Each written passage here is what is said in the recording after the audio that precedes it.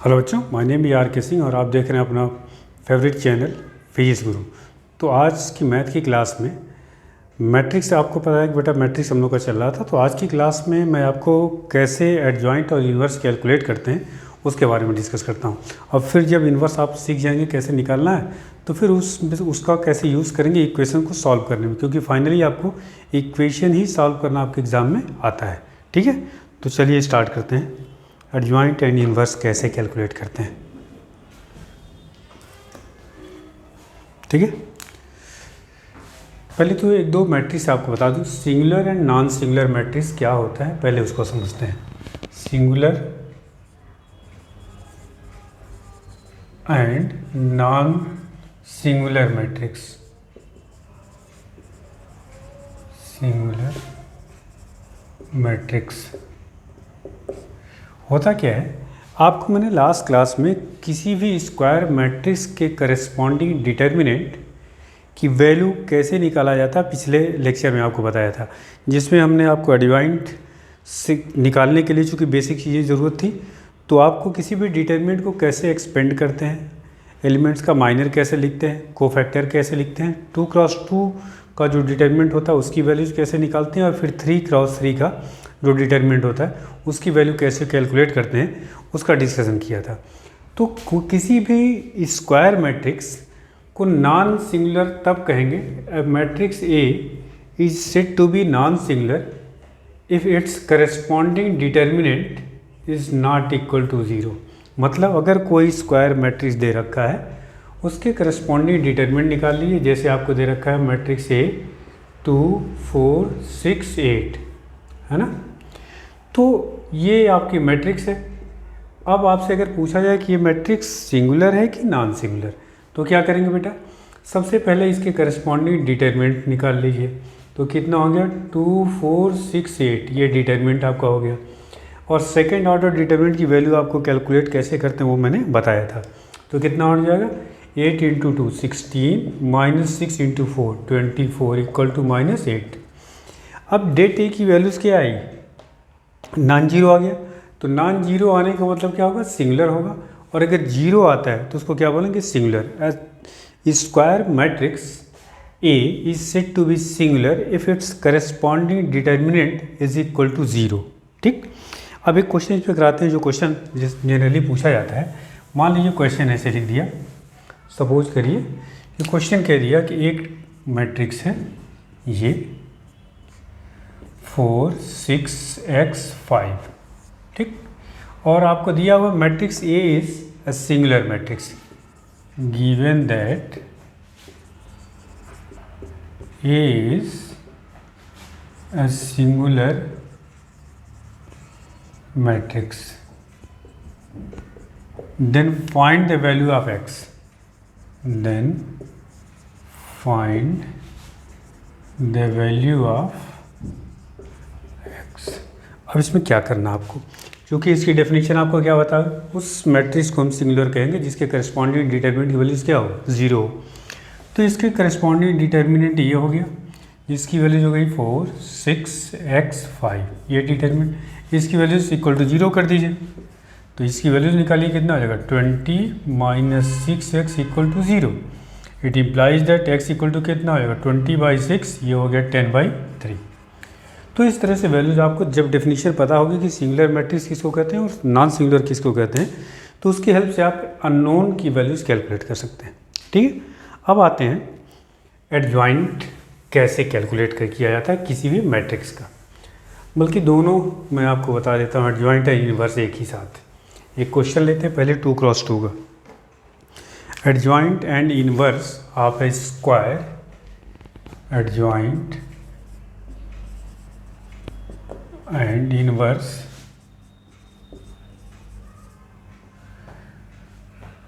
Of a square matrix. एक चीज़ ध्यान रखिएगा, स्क्वायर मैट्रिक्स होने के लिए, चलिए अभी कंडीशन ही बताते हैं आपको। जैसे मान लीजिए कोई मैट्रिक्स ए दिया हुआ है, ठीक है, तो इसका इन्वर्स निकालने का जो तरीका होगा, A inverse equals to adjoint A, adjoint A को शॉर्ट में ऐसे लिखते हैं, adjoint A upon det A, ऐसे भी लिखते हैं या इसको ऐसे लिखा जाता है adjoint A upon det A, ये भी लिख सकते हैं आप। ठीक, अब सबसे पहले मैं आपको एक 2x2 का मैट्रिक्स लेता हूँ और फिर 3x3 का, दो क्वेश्चन से आपको समझ में आ जाएगा कैसे निकाला जाता है। मान लीजिए कि ये मैट्रिक्स है, ये आपको दे रखा है 2 4 8 5। ठीक, अब करिए कि इसका आपको एडजॉइंट भी निकालना है और क्या निकालना है, इन्वर्स निकालना है। अच्छा, इन्वर्स निकालने के लिए एडजॉइंट तो निकालना ही पड़ेगा आपको, तो इसका मतलब मेन आपका एडजॉइंट और फिर डेट ए। तो डेट ए की वैल्यू यहाँ से क्या आएगी, देखो बेटा, डेट ए ये हो गया 2 4 8 5। इसकी वैल्यूज कितनी आएगी, 10 माइनस 8 से 32, तो कितना हो गया बेटा, ये हो गया 22 माइनस 22। तो डेट ए की वैल्यू आ गई। सेकेंड ऑर्डर डिटर्मिनेंट्स की वैल्यूज निकालना आपको बताया था मैंने, product of leading diagonal element minus product of diagonal element. ठीक है, अब इसका एक तरह से आप इसको क्वेश्चन 1 अगर मानते हैं तो इसका डेट ए तो निकल गया, डिनोमिनेटर निकल गया। अब आपको क्या चाहिए, न्यूमरेटर। तो न्यूमरेटर में आपका एडजॉइंट ए निकालना है आपको। तो एडजॉइंट ए निकालने के लिए पहले जितने भी एलिमेंट हैं इनके कोफैक्टर निकालने होंगे आपको। तो कोफैक्टर निकालना पिछली क्लास में बताया था, C11 C12 C21 and C22। कितने एलिमेंट हैं, 4, चारों को कोफैक्टर निकालिए। C11 मतलब इस 2 की हम बात कर रहे हैं, first row first column element. तो ये डिलीट हुआ और ये डिलीट हुआ, तो बचा क्या आपके पास, 5। अच्छा, इस एलिमेंट की साइन क्या होती है, 1 + 1 2, इवन नंबर आया तो इवन में साइन क्या होगा, प्लस। इसका साइन क्या होगा, माइनस। इसका साइन क्या होगा, माइनस। इसका साइन क्या होगा, प्लस। साइन पहले मार्क कर दे रहे हैं। अच्छा, इसका निकल गया C12 इसका आप निकालना कोफैक्टर, तो ये डिलीट और ये डिलीट, बचा आपके पास क्या, 8। फिर इस C21 इसका निकालना तो इधर और ये डिलीट, तो क्या आपका आ गया 4। और यहाँ से इसका निकालना तो ये डिलीट और ये डिलीट, क्या आपके पास आ गया 2। तो ये चारों एलिमेंट का कोफैक्टर निकल गया। अब इन कोफैक्टर से एक पहले मैट्रिक्स बनाएंगे और उसका ट्रांसपोज करेंगे, वही आपका होगा एडजॉइंट ए। तो एडजॉइंट ए इक्वल टू, इससे पहले मैट्रिक्स बनाइए, तो ये आपका हो गया 5 माइनस 8 फिर -4 और 2। C11 हो गया, C12 ये हो गया, इस कोफैक्टर से मैट्रिक्स बन गया। अब इस मैट्रिक्स का क्या कर लेना आपको, ट्रांसपोज, वही आपका क्या होता है, एडजॉइंट ए। तो ट्रांसपोज कर लीजिए, 5 -8 -4 और 2, ये आपका हो गया एडजॉइंट ए। समझ में आ गई बात। अच्छा, ये फर्स्ट रो का एलिमेंट है, ये सेकेंड रो का। आप चाहें तो इस फर्स्ट रो को डायरेक्टली यहाँ अगर कॉलम में लिख देते हैं और सेकेंड रो को सेकेंड कॉलम में, तो ट्रांसपोज करने की ज़रूरत नहीं होगी, डायरेक्ट वो आपका क्या मिल जाएगा, एडजॉइंट ए। अच्छा, आपके पास एडजॉइंट ए मिल गया और डेट ए मिल गया, वो यहाँ पुट कर दीजिए, यही आपका क्या आ जाएगा, ए इन्वर्स। तो एडजॉइंट ए तो यही आंसर हो जाएगा। अब ए इन्वर्स इक्वल टू क्या होगा, adjoint A upon det A. Det A कितना है, -22, तो -1 अपॉन 22 और एडजॉइंट ये आपका है 5 -4 फिर आपका -8 और 2। समझ में आ गया, ये आपका फाइनल रिजल्ट आया। अब इस फाइनल रिजल्ट को देखिए, स्पेशली अगर ये 2x2 का मैट्रिक्स है। अच्छा, एक चीज़ और, ए इन्वर्स निकालते समय ध्यान रखिएगा, अगर यह डेट ए की वैल्यूज़ 0 हो जाए तो उसका इन्वर्स एग्जिस्ट नहीं करेगा। अच्छा, 0 होने का मतलब क्या बताया था अभी, किसी डिटरमिनेंट्स की वैल्यू 0 होने का मतलब, इसको क्या कहा था, सिंगुलर मैट्रिक्स। इसका मतलब इन्वर्स उसी मैट्रिक्स का एग्जिस्ट करेगा जो नॉन सिंगुलर होगा। बात समझ में आ गई। खैर, अब यहाँ देखिए, अच्छा डायरेक्टली अगर निकालना हो, कैसे 2x2 का निकालना हो, जैसे ये है, तो क्या करते हैं इसमें 2x2 वाले में लीडिंग डायगोनल एलिमेंट को इंटरचेंज कर देते हैं। 2 की जगह 5, 5 की जगह पे 2, देखिए वही आया, ठीक।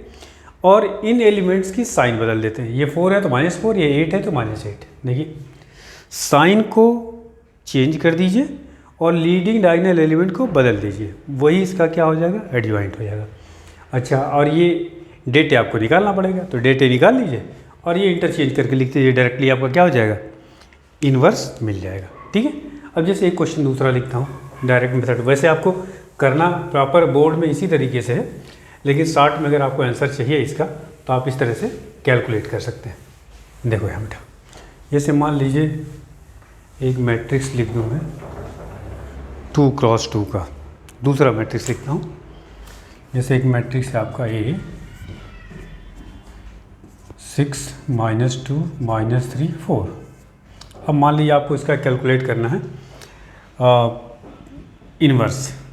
तो सबसे पहले तो डेट ए देखिए कितना आएगा 24 और -6, तो ये हो जाएगा कितना 18। ठीक, डेट ए आ गया आपका। अब आपको ए इन्वर्स चाहिए, तो ए इन्वर्स के लिए क्या बताया तरीका देखिए। ए इन्वर्स इक्वल टू 1/डेट ए मतलब 1/18 हो गया। और एडजॉइंट कैसे निकलेगा, लीडिंग डायगोनल एलिमेंट को इंटरचेंज कर दीजिए, यहाँ कर लीजिए 4, यहाँ कर लीजिए 6 और इसका साइन चेंज कर लीजिए, तो यहाँ हो जाएगा आपका 2 और यहाँ हो जाएगा 3। ये आपका डायरेक्ट ए इन्वर्स निकल गया। बात समझ में आ गई होगी।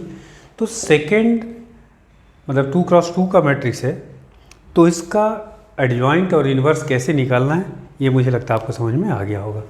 और ये डेट ए निकालना पिछले लेक्चर में आपको बताया ही था। और इन्वर्स उसी का एग्जिस्ट करेगा जब डेट ए की वैल्यूज क्या हो, नॉट इक्वल टू 0, मतलब नॉन सिंगुलर मैट्रिक्स होना चाहिए। बात समझ में आ गई। चलिए अब इसमें ये दो चीज़ और आपको बताते हैं।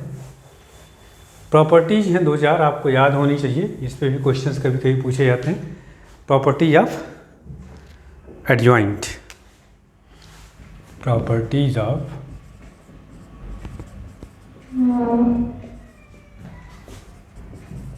एडजॉइंट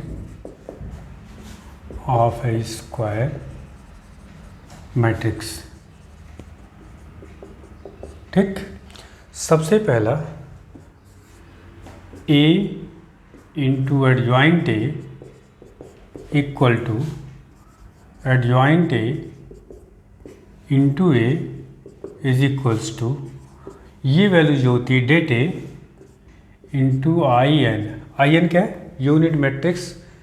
ये इसका मतलब ये है कि एडजॉइंट ए निकालिए, उसमें उस उस मैट्रिक्स का मल्टीप्लाई। ध्यान रखिए कि एडजॉइंट एक मैट्रिक्स होता है, तो इस मैट्रिक्स में ए मैट्रिक्स का खुद का उसी का मल्टीप्लाई करती है या इसका।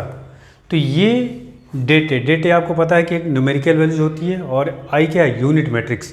इसका मतलब ये मान लीजिए सपोज के लिए 5 आ गया, तो ये क्या लिखेंगे आप 5 0 0 0 5 0 0 0 5। ये आप समझ में आ रही बात।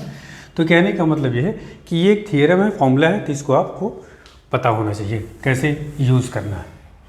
दूसरा आपका इसमें एडजॉइंट ऑफ ए और बी मैट्रिक्स का मल्टीप्लाई करके उसका एडजॉइंट निकालना। दिस इक्वल्स टू होता है adjoint B into adjoint A. ठीक, मतलब adjoint of A B equal to adjoint of B into adjoint of ए।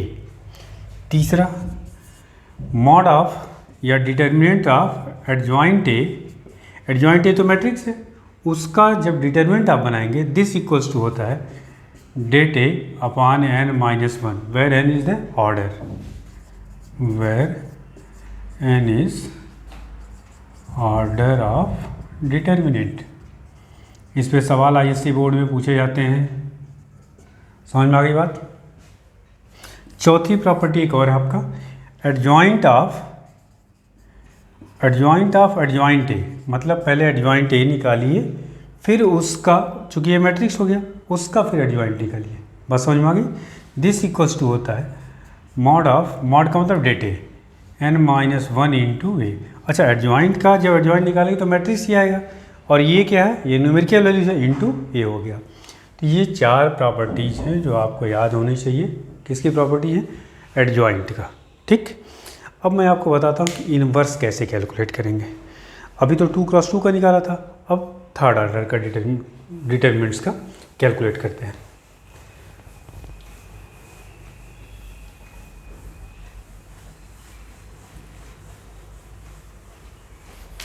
चलिए नेक्स्ट है इनवर्स। जैसे आपके एग्ज़ाम में जो क्वेश्चंस आते हैं बेसिकली वो थर्ड ऑर्डर का ही आता है, ठीक है, लेकिन चूंकि स्टार्ट करना तो सेकंड ऑर्डर का भी हमने कहा क्वेश्चन आपको बता दें। तो देखिए थर्ड ऑर्डर का क्वेश्चन ये है, इफ़ ए इक्वल टू, मान लीजिए आपका मैट्रिक्स रखा 1 2 0 2 4 6 1 -2 1, देन फाइंड ए इनवर्स निकालना है। तो अभी आपको बताया गया क्या होता है फॉर्मूला ए इनवर्स का। A inverse equals to adjoint A upon det A. अब डेट ए सबसे पहले निकालने की कोशिश करते हैं। डेट ए देखिए क्या आएगा,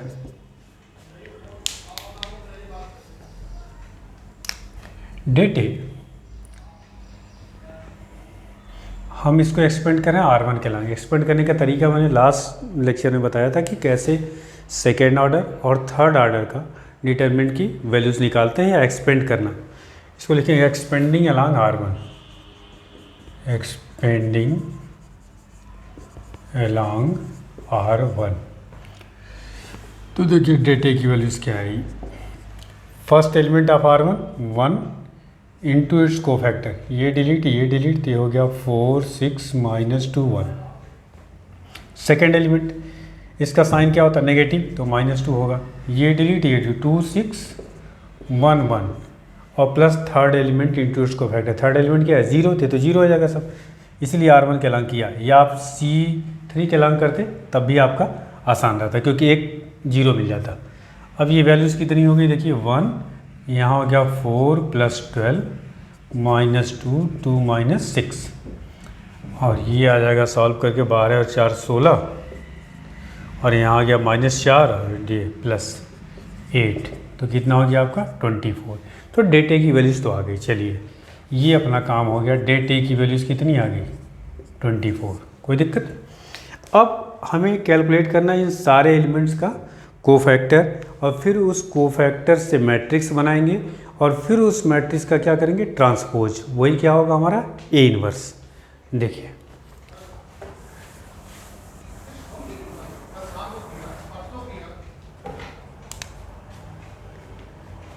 cofactor of all the element det A, ठीक है। तो C11 C12 C13 पहले रो का यहाँ लिख लेते हैं।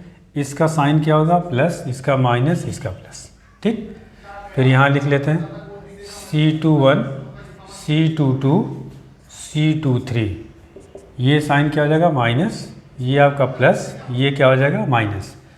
फिर आपका C31 C32 C33, इसका साइन क्या हो जाएगा आपका प्लस, इसका साइन क्या आएगा माइनस और इसका आएगा आपका प्लस, ठीक। अब इन एलिमेंट्स की निकालते हैं। C11 इस एलिमेंट का दिस और दिस कैंसिल आपका, ये आपका बनेगा, ये चारों एलिमेंट बचे तो आपका क्या हो जाएगा ये 4 + 12 तो ये हो जाएगा कितना 16, ठीक है। इस एलिमेंट का निकालते हैं तो ये डिलीट और ये डिलीट तो ये आपका हो गया 2 6 1 1 तो 2 - 6 तो ये आपका हो गया 4, ठीक है। C13 इस एलिमेंट का तो ये डिलीट और ये डिलीट कोफैक्टर में तो ये आपका हो जाएगा कितना -2 -4 तो -6 हो गया, ठीक है। अब इस एलिमेंट का C21 इधर का कैलकुलेट करते हैं तो C21 का ये डिलीट और ये डिलीट तो ये 2 0 -2 और ये तो 2 और ये हो गया आपका तो 2 - 0 तो दिस इक्वल टू आपका हो गया -2। यहाँ से इस एलिमेंट का निकालें C22 तो ये डिलीट हो गया आपका सेकेंड रो और ये तो 1 0 1 1 इसका मतलब क्या होगा आपका 1 - 0 1 - 0 = 1। फिर इस एलिमेंट का कैलकुलेट करेंगे तो ये डिलीट हो गया ये डिलीट हो गया तो -2 एंड -2 तो -2 -2 तो ये हो गया आपका 4। इस एलिमेंट का कैलकुलेट करना है तो यहाँ डिलीट तो ये आपका हो जाएगा 12 - 0 12 - 0 = क्या हो गया 12। अब यहाँ से C32 इस एलिमेंट का कैलकुलेट करना तो ये डिलीट और ये डिलीट तो 6 - 0 तो ये आपका आया 6 - 0 = -6। लास्ट एलिमेंट इसका कैलकुलेट करना है तो 4 - 4 ये हो गया 0 4 - 4 = 0। इस सारे एलिमेंट्स का कोफैक्टर हो गया। अब इन सारे एलिमेंट से क्या बनाएंगे मैट्रिक्स फ्रेम करेंगे। मैट्रिक्स A = 16 4 - 6 -2 1 4 12 -6 0 और इस मैट्रिक्स का क्या कर लेंगे हम, ट्रांसपोज कर लेंगे। ठीक, इसका ट्रांसपोज करने के बाद जो आएगा फाइनली वही हमारा क्या होगा, एडजॉइंट है। चलिए उसको लिखते हैं और अपान क्या कर लेंगे 1/24, ये आपका हो जाएगा ए इनवर्स।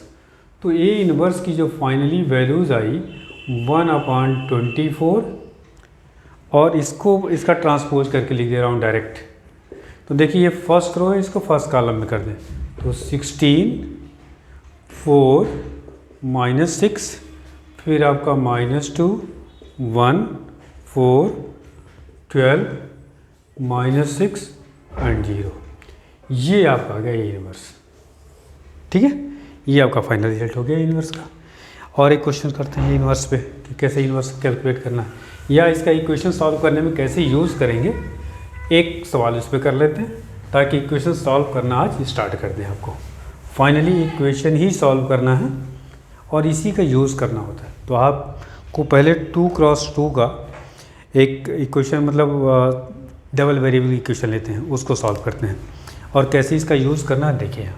सपोज कर लीजिए एक इक्वेशन दिया हुआ है x + y = 4, दूसरा 2x - 3y = 1, इसको सॉल्व करना है। मान लीजिए ये double equation with double variable, ठीक है, इसको सॉल्व करना है मैट्रिक्स मेथड से। एक्चुअल में जो आपके एग्ज़ाम में आता है वो 3 वेरिएबल की इक्वेशन होती है और 3 इक्वेशन दी होती है, वो आता है। लेकिन पहले स्टार्ट करते हैं 2 इक्वेशन और 2 वेरिएबल से ताकि बेसिक्स आपको समझ में आ जाए, उसके बाद फिर सॉल्व करना आसान हो जाएगा।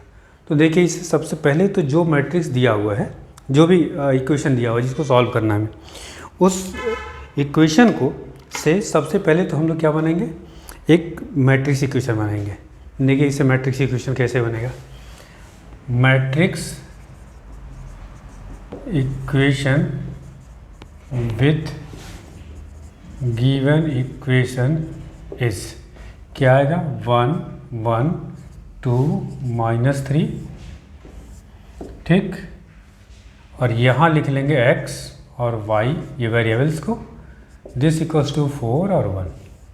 मतलब पहला जो मैट्रिक्स होगा वह x और y का कोफिशिएंट लिखेंगे। देखिए x का कोफिशिएंट 1 तो 1 लिख लिया, y का 1 तो 1, यहाँ x का 2, y का -3, और दूसरा जो मैट्रिक्स होगा उसमें वेरिएबल्स को वर्टिकली लिख लेते हैं x और y, और ये कांस्टेंट टर्म राइट में लिख लेते हैं। ठीक, अगर मैं इस मैट्रिक्स को, ये जो मैट्रिक्स है पहली वाली, इसको मैं सपोज कर लूँ a, इसको सपोज कर लूँ दूसरी मैट्रिक्स को x और इसको मान लूँ इस मैट्रिक्स को b, तो इसका मतलब क्या आ गया ax = b, ये आपका आ गया ax = b। और आपको निकालना क्या, x y की वैल्यू निकालनी है, तो x = यहाँ से क्या आ जाएगा a इनवर्स b, और a इनवर्स का मतलब क्या होता है बेटा, adjoint a upon det a into b, ये हो गया इक्वेशन 1। और अभी इन्वर्स निकालना आपको सिखाया है कैसे निकाला जाता है। तो पहले इन्वर्स निकालिए, इस इक्वेशन में पुट करिए। तो डेट ए की वैल्यूज़ पहले निकालिए। देखिए ये है मैट्रिक्स ए, देखिए इसमें देखो यहाँ से डेट ए की वैल्यूज़ क्या हो जाएगी, देखिए आपके पास है 1 1 2 -3, तो इसकी वैल्यू हो गई -3 -3 = -6, डेट ए तो आ गया। ठीक, अब एडजॉइंट ए कैसे बताया था, 2x2 का एडजॉइंट ए याद करिए। हमने कहा था कि इन एलिमेंट्स को, जो डायगोनल एलिमेंट है उसको बदल लीजिए और इसका साइन बदल लीजिए। तो यहाँ जाएगा -3, यहाँ -1 और ये 2 तो रहेगा लेकिन -2 हो जाएगा, और यहाँ क्या हो जाएगा आपका 1। तो देखिए लीडिंग डायगोनल एलिमेंट को तो मैंने इंटरचेंज कर दिया और इनकी क्या कर दिया, साइन चेंज कर दिया, ये एडजॉइंट ए हो गया। तो एडजॉइंट ए आ गया, डेट ए आ गया, यहाँ इक्वेशन 1 में पुट कर दीजिए। तो x = 1 डेट ए का मतलब ये -6 हो गया, और ये हो गया -3 -1 -2 1, और मैट्रिक्स बी कितना दिया हुआ है, पुट कर लीजिए इसकी वैल्यूज 4 और 1। अब इन दोनों मैट्रिक्स को मल्टीप्लाई कर लीजिए, तो मल्टीप्लाई करेंगे -1/6 तो है ही आपका। इन दोनों मैट्रिक्स को मल्टीप्लाई करके सिंगल मैट्रिक्स में कन्वर्ट कर दिए। तो क्या तरीका था, इस रो को इस कॉलम में, तो -3 × 4 -12 और -1, ठीक। फर्स्ट रो का फर्स्ट कॉलम में हो गया, अब तो कोई कॉलम है ही नहीं, अब सेकंड रो लेंगे तो -2 × 4 कितना आ गया -8 + 1। तो ये सॉल्व करके आ गया -1/6 और यहाँ आया आपका -13 और ये हो गया -7। ठीक, ये x हो गया। और x का मतलब कौन सी मैट्रिक्स थी बेटा, x y। ठीक है, इस 6 को चाहे तो अंदर कर दीजिए, तो ये आपका हो गया x y और यहाँ पे आपका आ गया -a+ हो जाएगा 13/6 एंड 7/6। शुरुआत में आपको बताया गया था कि अगर दो मैट्रिसेज इक्वल हैं तो उनकी करस्पॉन्डिंग एंट्रीज क्या होती हैं, सेम होती हैं, इक्वल होती हैं। तो इक्वेट कर दीजिए, तो x की वैल्यूज कितनी आ गई, देखिए x = आ गया 13/6 और y की वैल्यूज आ गई 7/6। ये आपको वैल्यूज हो गई। तो ये हो गया इक्वेशन को मैट्रिक्स मेथड से सॉल्व करने का तरीका। समझ में आ गया होगा कि कैसे सॉल्व करेंगे। फिर से एक बार रिपीट कर दे रहा हूँ। पहले मैट्रिक्स इक्वेशन दिया होगा, उससे मैट्रिक्स इक्वेशन बनाएंगे। फिर पहले मैट्रिक्स को मान लिए a, इस वेरिएबल वाले मैट्रिक्स को मान लिए x और ये इक्वल टू वाले मैट्रिक्स को मान लिए b। तो ये हो गया ax = b, यहाँ से x = आ जाएगा a 1 b। This equals to a 1 का मतलब क्या होगा, adjoint a upon det a × b। अब आपको det a और एडजॉइंट a निकालना भी सिखाया है। तो det a की वैल्यू देखिए, यहाँ det a ये है, तो ये हो जाएगा लीडिंग डायगोनल -3 और -3 तो -6 हो गया। एडजॉइंट a के लिए वैसे तो सारे एलिमेंट्स का क्या निकालेंगे, इसमें कितने एलिमेंट हैं, 4, चारों का पहले कोफैक्टर निकालेंगे, कोफैक्टर से मैट्रिक्स बनाएंगे और फिर उस मैट्रिक्स को क्या करना है, ट्रांसपोज करना है। ट्रांसपोज करने के बाद जो आएगा वही क्या होगा, हमारा वही हो जाएगा एडजॉइंट a। तो और डायरेक्ट तरीका बताया तो मैंने डायरेक्ट लिख दिया। अब यहाँ पे ये वैल्यूज़ ये और ये इक्वेशन 1 में पुट कर दिए, तो x = -1/6, ये एडजॉइंट a × b, इन दोनों मैट्रिक्स को मल्टीप्लाई कर लिया, ये आ गया। और यहाँ पे लेफ्ट में एक मैट्रिक्स साइड में, और आपने पढ़ा कि अगर दो मैट्रिसेज इक्वल हैं तो इसका मतलब उन दोनों की करस्पॉन्डिंग एंट्रीज क्या होंगी, इक्वल होंगी। ठीक, तो ये second two equation with 2 variable को सॉल्व करने का तरीका था। अच्छा, इक्वेशन जरूरी नहीं कि सब कोई सॉल्वेबल इक्वेशन हो। अगर इक्वेशन सॉल्वेबल है जिसका सॉल्यूशन एग्जिस्ट करता है तो सॉल्यूशन एग्जिस्ट करने में दो तरह के होंगे। यूनिक सॉल्यूशन, जो कि इसमें x और y की वैल्यूज देखी आई, ये यूनिक सॉल्यूशन है। यूनिक सॉल्यूशन भी हो सकता है, मतलब सॉल्यूशन एग्जिस्ट भी कर सकती है और नहीं भी कर सकती है, दो कैटेगरी। अब अगर इन दोनों कैटेगरी में मान लीजिए सॉल्यूशन एग्जिस्ट करती है तो इसमें दो तरीके होंगे, यूनिक सॉल्यूशन जो कि अभी सॉल्व किया, या इनफाइनाइट नंबर ऑफ सॉल्यूशन। ठीक, और दूसरा नो सॉल्यूशन, सॉल्यूशन की एग्जिस्ट ही ना करे। If the system of equation have solution then they are said to be consistent. If the given system of equation have no solution then it is said to be inconsistent. तो इसका मतलब equation दो तरह की हो गई, एक ऐसी जिसका ये सॉल्यूशन एग्जिस्ट करता हो और एक ऐसी जिसका सॉल्यूशन एग्जिस्ट नहीं करता हो। तो जिसका नहीं करता उसको क्या बोलते हैं, इनकंसिस्टेंट, और जिसका सॉल्यूशन एग्जिस्ट करता है उसको क्या बोलते हैं, कंसिस्टेंट इक्वेशन। ठीक है, और कंसिस्टेंट में दो कैटेगरी मैंने आपको बताया, infinite number of solution and ये यूनिक सॉल्यूशन। समझ में आ गई बात। तो कैसे चेक करेंगे कि इसमें इनफाइनाइट नंबर ऑफ सॉल्यूशन है और यूनिक सॉल्यूशन है, बात समझ में आ रही है। उसको चेक करने का तरीका मैं आपको बताता हूँ। पहली चीज़ तो इसी का, इस सेकेंड ऑर्डर वाले इक्वेशन का मैं आपको कंडीशन बता दूं। जो दो इक्वेशन दो वेरिएबल वाले हैं, इनकी कंडीशन फाइनली यही है आपके पास बेटा लिखा हुआ इक्वेशन, इसी को मैं लिख रहा हूँ अभी दोबारा। फिर 3x3 के बारे में डिस्कशन करता हूँ कि जो 3 वेरिएबल हों और 3 इक्वेशन दे रखे हैं तो उसका कैसे कैलकुलेट करेंगे। उसके अलावा 2-3 ऐसे अच्छे क्वेश्चंस हैं जो मैट्रिक्स जो आपके एग्जाम में बोर्ड में पूछा जाता है, उन तीनों क्वेश्चंस को अलग से करा दूंगा। ठीक है, ताकि ये चैप्टर आपका अच्छे से तैयार हो जाए। अब देखिए, इसमें आपको बताएगा इन्वर्स निकालने के लिए क्या बताएगा, A inverse = adjoint A upon det a × b। Condition क्या है, 2 इक्वेशन 2 वेरिएबल की मैं बात कर रहा हूँ अभी, 2 वेरिएबल।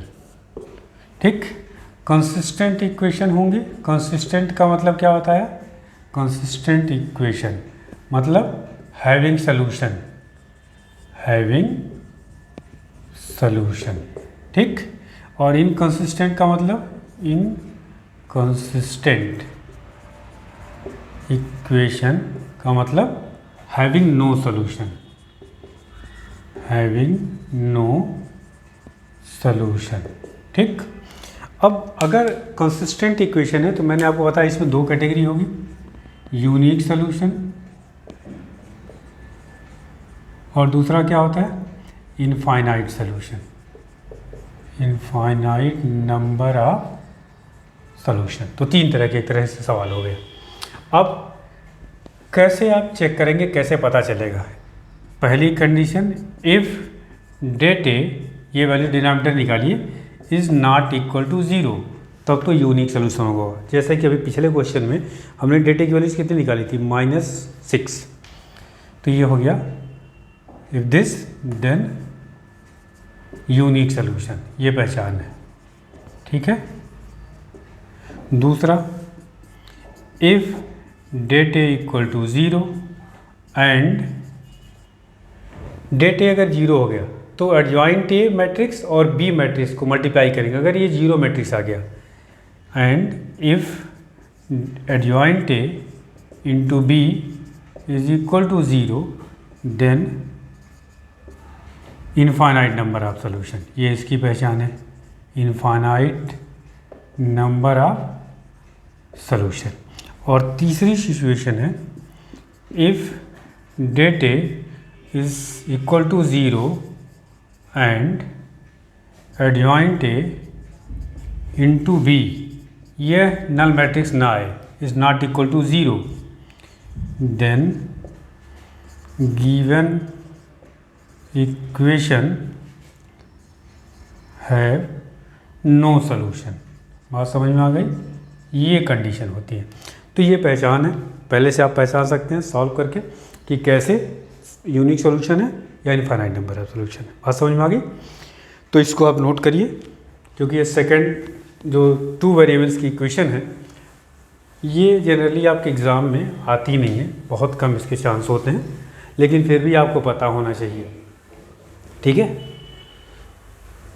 अब इसमें 3x3 के कुछ क्वेश्चंस, इसमें 3x3 का जो भी आएगा, जिसमें हम कर सकते हैं कि 3 वेरिएबल और 3 इक्वेशन होंगी, इसमें भी वही आपके यूनिक सोल्यूशन, इनफाइनाइट सोल्यूशन और नो सोल्यूशन का केस होगा। ठीक है, तीनों पे एक क्वेश्चन करा दूंगा और फिर उसमें आपको 3 और अलग से स्पेशल क्वेश्चन उनको करा दूंगा। 6 क्वेश्चन और मेरे को कराना है, तो कल इस पे और आगे का डिस्कशन करेंगे। ठीक है बेटा, थैंक यू।